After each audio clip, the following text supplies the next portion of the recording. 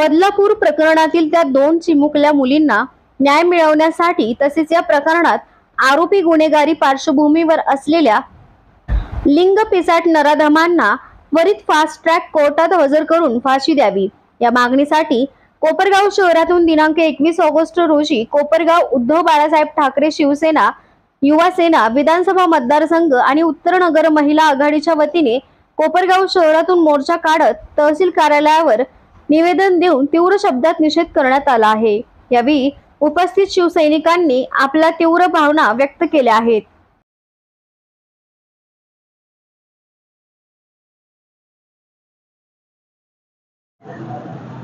मुख्यमंत्र्यांच्या जिल्ह्यामध्ये ठाणे जिल्ह्यात बदलापूरमध्ये 3.5-4 वर्षाच्या चिमुकलीवर जो अत्याचार झाला, नराधमाने तिच्यावर बलात्कार केला, योगायोगाने त्या आरोपीचं नाव सुद्धा शिंदेच आहे। मला तर वाटतं या सरकारचा तो जावई असेल किंवा नातेवाईक असेल, त्याच्यामुळेच गुन्हा दाखल करायला सुद्धा इतके दिवस टाळाटाळ केली।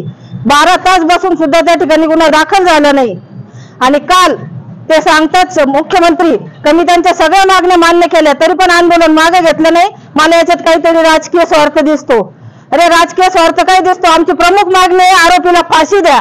फाशीची शिक्षा झाल्याशिवाय आंदोलन बंद होणार नाही। महाराष्ट्रभरामध्ये हे आंदोलन अगदी तीव्र होत राहील। जर तुम्ही एका रात्रीमध्ये नोटाबंदी करू शकता, एका रात्रीमध्ये तुम्ही लॉकडाऊन लावू शकता, तर एका रात्रीमध्ये आरोपीला फाशी का बरं देऊ शकत नाही? जर सिद्ध झालेला आहे, आरोपीवरचा आरोप सिद्ध झालेला आहे आणि तरी पण तुम्ही आता SIT लावताय, आता त्याची चौकशी लावताय, याच्यात वेळ काढूपणा हे सरकार करत आहे। या सरकारचा तीव्र शब्द त्या ठिकाणी मी निषेध करते। आणि जी शाळा आहे त्या शाळेला नावच मी तर म्हणाल चुकीचं दिलेलं आहे। आदर्श विद्या मंदिर त्या शाळेचं नाव आहे, तर त्याच्यातून काय आदर्श घेणार आहे? तिथं तुम्ही नोकरीवर ठेवताना त्याची आरोपीची चौकशी केली नाही, त्याच्या अगोदरच गुन्हेगारी पार्श्वभूमी आहे। मी तर म्हणाल त्या शाळा प्रशासनावर सुद्धा गुन्हा दाखल व्हायला पाहिजे, त्यांच्यावर सुद्धा कठोर कारवाई व्हायला पाहिजे। आणि आरोपीला फाशी जोपर्यंत होत नाही तोपर्यंत आंदोलन मागे घेतले जाणार नाही। यात कुठल्याही प्रकारचं राजकारण नाही, सर्व पक्ष एकत्र आलेले आहेत। प्रत्येक 3.5-4 वर्षाची मुलगी म्हणजे विचार करा, या सरकारला अजिबात पाजर फुटत नाही। यांना स्वतःला मुली नाही का? या मुख्यमंत्र्यांना मुलगी नाहीये का? याच्या स्वतःच्या मुलीला यांनी डोळ्यासमोर ठेवायला पाहिजे। स्वतःची मुलगी डोळ्यासमोर ठेवून या ठिकाणी न्याय झाला पाहिजे। स्वतःची मुलगी असती तर एका मिनिटात त्यांनी कारवाई केली असती। यांच्या बायकांना पण काही वाटत नाही का? मी तर म्हणते यांच्या बायकांना मुलींना जर खरोखर आपण स्त्री असल्याचा काहीतरी थोडाफार जर काही अभिमान वाटत असेल तर यांनी घरातल्यांनी सुद्धा यांचा निषेध करायला पाहिजे आणि यांचा थोबा फोडायला पाहिजे। मी तर म्हणाल किती दिवस मेणबत्त्या पेटवायच्या? तो आरोपी आमच्या ताब्यात द्या आणि आरोपीला पेटवू। इथून पुढे मेणबत्त्या पेटवल्या जाणार नाही, आरोपीला भर चौकात पेटून देऊ, फक्त त्याला आमच्या ताब्यात द्या अशी सर्वांच्या वतीने मागणी करते। आणि या मिंदे सरकारचा मी तर म्हणते यांच्याकडून कायदा सुव्यवस्थेची काय आपण हे ठेवणार? ते स्वतःच त्यांचं बेकायदेशीर सरकार आहे, त्याच्यामुळे आपण काय अपेक्षा ठेवू शकत नाही की यांनी कायदा सुव्यवस्था अबाधित राखतील। स्वतःच बेकायदेशीर असल्यामुळे यांच्याकडून आपण कायद्याचा कुठलाही आपण अपेक्षा करू शकत नाही। यांच्याकडून जर आरोपीला फाशी होणार नसेल तर यांनी खुर्च्या खाली करायला पाहिजे। आरोपीला फाशी द्या नाहीतर खुर्च्या खाली करा।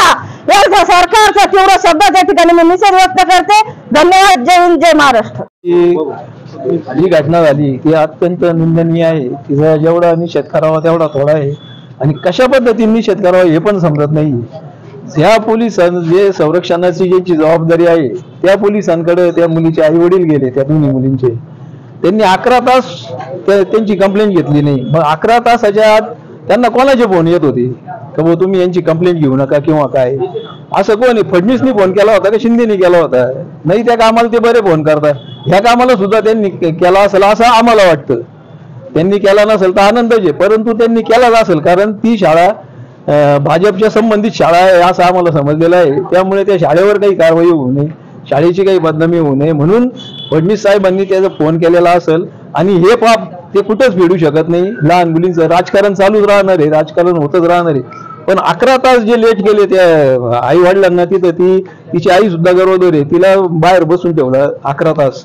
आणि त्यामुळे जनशोभ हे झाला। आणि रेल्वे स्टेशनवर प्रवासी असतातच, मुंबई म्हणल्यावर रेल्वे स्टेशनवर लोकल गाड्यांना यायला त्याला प्रवासी असतात, तो माप सगळा जमला कारण रेल्वेच बंद झालेले होते त्याच्यामुळे। आणि हे म्हणतात का त्याच्यात राजकारण आणलं। अरे राजकारण आराम करावं तुम्ही आणलं। तुम्ही जर त्या पोलीस स्टेशनला पोलीस स्टेशननी लगेच कंप्लेंट घेतली असती तर एवढा उद्रेक झालाच नसता। हे महाराष्ट्राला एवढं गालबोट लागलंच नसतं, एवढं काळातोंड झालंच नसतं महाराष्ट्राचं. पण तुमच्या या नीतिमत्तेमुळे हे गालबोट लागलेलं आहे, तुमचंच काळातोंड झालेलं आहे. त्या लहान मुली, त्या निष्पाप मुली, त्यांना काय समजलं? शाळेची पण जबाबदारी होती का त्यांनी कसे त्यातल्या त्यात शिंदे गटाचा जो नगराध्यक्ष आहे वामन म्हात्रे, तो एका महिला पत्रकाराला म्हणतो की तू अशी काही बातमी देते का जसं काही तुझ्यावरच बलात्कार झाला. त्याच्यावर कंप्लेंट दिली तरी अजून त्याला अटक झालेली नाहीये. याच्यासारखी लाजीरवाणी गोष्ट नाहीये. त्या नराधमाने जे कृत्य केलं ते केलं, परंतु हे जे बाकीचे आहे त्यांना सपोर्ट करणारे आधी त्यांना फाशी दिली पाहिजे असं मी म्हणतो. कारण हे असे नालायक लोक जे फक्त पक्षासाठी, पक्ष कसा असो, तो फडणवीस नालायक आहे का शिंदे नालायक आहे याच्याशी घेणं नाही, पण तो पत्रकाराला म्हणतो का तू अशा काही बातम्या देते का? ते पत्रकाराचं बरोबर होतं ना. लहान मुलीवर अत्याचार झाला, ती महिला पत्रकार आहे, तिला ते तिची भावना, ते राहणार संवेदना आहेच ना तिला, म्हणून तिने त्या बातम्या एकदम चांगल्या पद्धतीने दिल्या. तर तो आरामखोर म्हणतो का तुझ्यावर बलात्कार झाल्यासारख्याच बातम्या देते तू? त्याच्यावर कंप्लेंट केली, त्याला अजूनही अटक केलेली नाही शिंदे सरकारने. याला पहिले अटक करा, मी तर म्हणतो त्याला पहिले फाशीवर लटकावला पाहिजे, नंतर आरोपीचं नंतर. आणि कायद्यात सुद्धा आता बदल केले पाहिजे. हे जे अशा ज्या घटना होतात बलात्काराच्या किंवा काय निर्गुण किंवा डायरेक्ट मारून टाकायचं मुलींना, ते त्याच्यासाठी आता कायद्यात सुद्धा बदल केले पाहिजे. 21 दिवसाच्या आत त्याचा छडा लावून त्याला त्याच पद्धतीने मारलं पाहिजे, त्याच पद्धतीने खेचलं पाहिजे, अशी आमची मागणी आहे. आणि आता कायदे पण आता एवढे सोपे नाही, कारण कालचे जे लोकांचा जनक्षोभ होता ते काय म्हणत होतं, त्याला लगेच फाशी द्या.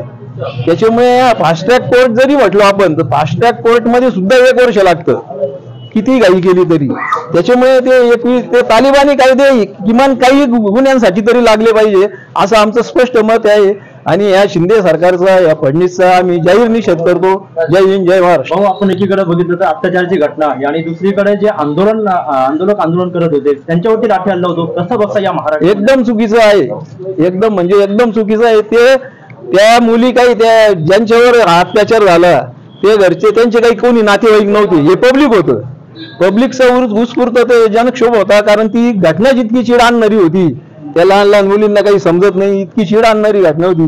त्याच्यामुळे पब्लिक उत्स्फूर्तपणे ते हे करीत होतं आणि शांतपणे त्यांची फक्त मागणी काय होती, काय ह्या नाराज आम्हाला फाशी द्या. त्यांना समजून सांगायचं होतं, लाठीचार्ज करायची काही गरज नव्हती ना. वरून शिंदे म्हणतात का याच्यात राजकारण आहे, त्याला लाज वाटली पाहिजे शिंदेला. तो काय फक्त पैशावर आहे, 50 खोके एकदम ओके, त्याला काय त्याचं ते चालू आहे सगळीकडे. पण त्याला ह्या मुली बाळींवर काय अत्याचार होतो त्याच्या तिथं झालेलं आहे ठाणे जिल्ह्यात, याची सुद्धा त्याला लाज वाटली पाहिजे. त्यांनी तर मी तर म्हणतो गृहमंत्र्यांनी पहिले राजीनामा दिला पाहिजे, कारण सिन्नरमध्ये घटना झाली, अकोल्यामध्ये का कुठं ते 6 मुलींवर ते यांनी हे केलं. मी तर म्हणतो ती पोर्न वेबसाईट आहे, जी लहान मुलांची ती सेक्शुअल वेबसाईट आहे, ती पहिले महाराष्ट्रात तरी किमान बंद केली पाहिजे. हे आता स्वातंत्र्याचं किती दिवस तुम्ही तुंतून जाणार? व्यक्ती स्वातंत्र्य म्हणजे काही पाहिजे. लहान मुलांना ते समजत नाही, काही नाही. ते लहान मुलं मग ते पाहून, आणि मोठे माणसं तेच करतात ना, त्यांच्या डोक्यात तेच विचार वळत राहतात ते पाहून. त्याच्यामुळे अशी विकृती जन्माला येते आणि हे विकृत लोक असे निरपराध लोकांना त्रास देतात, निरपराध मुलींना त्रास देतात. त्यांचा म्हणावा तेवढा निषेध केला तेवढा थोडाच आहे, परंतु आता आपल्याला मर्यादा आहे. त्यामुळे आता फक्त तोंडी निषेध करून आम्ही थांबतो. जय हिंद, जय महाराष्ट्र.